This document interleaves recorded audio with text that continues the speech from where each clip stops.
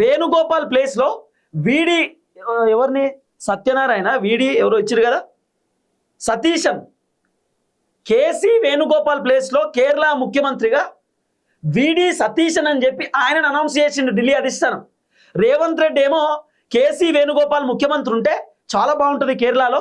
రేవంత్ రెడ్డి బాధ ఏంది? ఇప్పుడు చంద్రబాబు నాయుడు రేవంత్ రెడ్డికి బాగా దగ్గర. రేవంత్ రెడ్డికి ఆంధ్రాలో ఏమైనా పని ఉంటే చంద్రబాబుతో చేయించుకుంటాడు.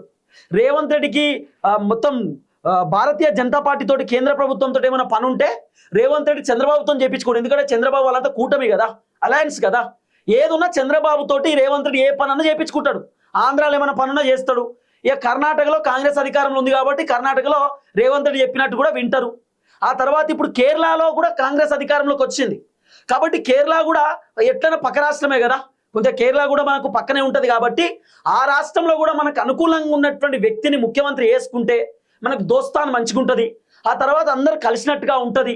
ఆ తర్వాత కేసీ వేణుగోపాల్ ఢిల్లీ అధిష్టానానికి ఫుల్ దగ్గర కదా. కేసీ వేణుగోపాల్ కూడా వన్ ఆఫ్ ద అధిష్టానానికి సంబంధించిన కీలకమైనటువంటి వ్యక్తి కదా. సో కేసీ వేణుగోపాల్ ముఖ్యమంత్రి అయితే ఇక మనం అధిష్టానంతో డైరెక్ట్తో టచ్లో ఉండొచ్చు. మనం చెప్పినట్టు అధిష్టానం వింటది. వేణుగోపాల్కి నా బాధ అంతా చెప్పుకుంటే వేణుగోపాల్ డైరెక్ట్ రాహుల్ గాంధీకి చెప్తాడు. ఇక మొత్తం అధిష్టానం నా చేతిలో ఉంటుంది, నేను ఎట్లా చెప్తే అట్లా అధిష్టానం వింటది అనేటటువంటి ఆలోచనతో రేవంత్ రెడ్డి ప్రయత్నాలు చేసిండు. రేవంత్ రెడ్డి కర్ణాటక డిప్యూటీ సీఎం డీకే శివకుమార్ వీళ్ళిద్దరూ వేణుగోపాల్కి ముఖ్యమంత్రి పదవి ఇవ్వాలని చెప్పి అధిష్టానానికి చెప్పడానికి కోరడానికి పోయిరు. డీకే శివకుమార్కి రాహుల్ గాంధీ అపాయింట్మెంట్ ఇవ్వలే, రేవంత్ రెడ్డికి రాహుల్ గాంధీ అపాయింట్మెంట్ ఇవ్వలే.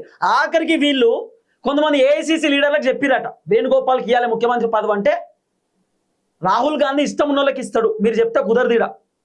రాహుల్ గాంధీకి నచ్చిన వాళ్ళకి ఇస్తాడు. ఎవరు గట్టిగా ఉన్నారు, ఎవరికి ఎమ్మెల్యేలు సపోర్ట్ చేస్తారో తెలుసుకొని ఇస్తారు.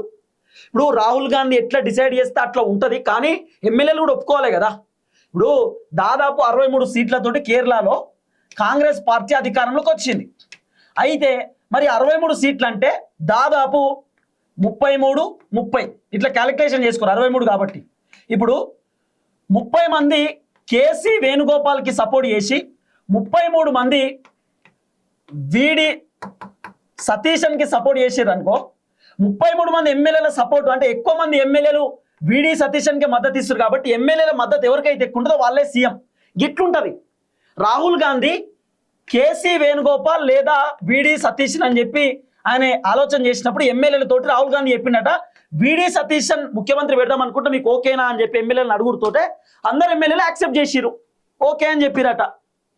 సో ఇప్పుడు వీడి సతీశన్ ముఖ్యమంత్రి ఎక్కడ? కేరళలో.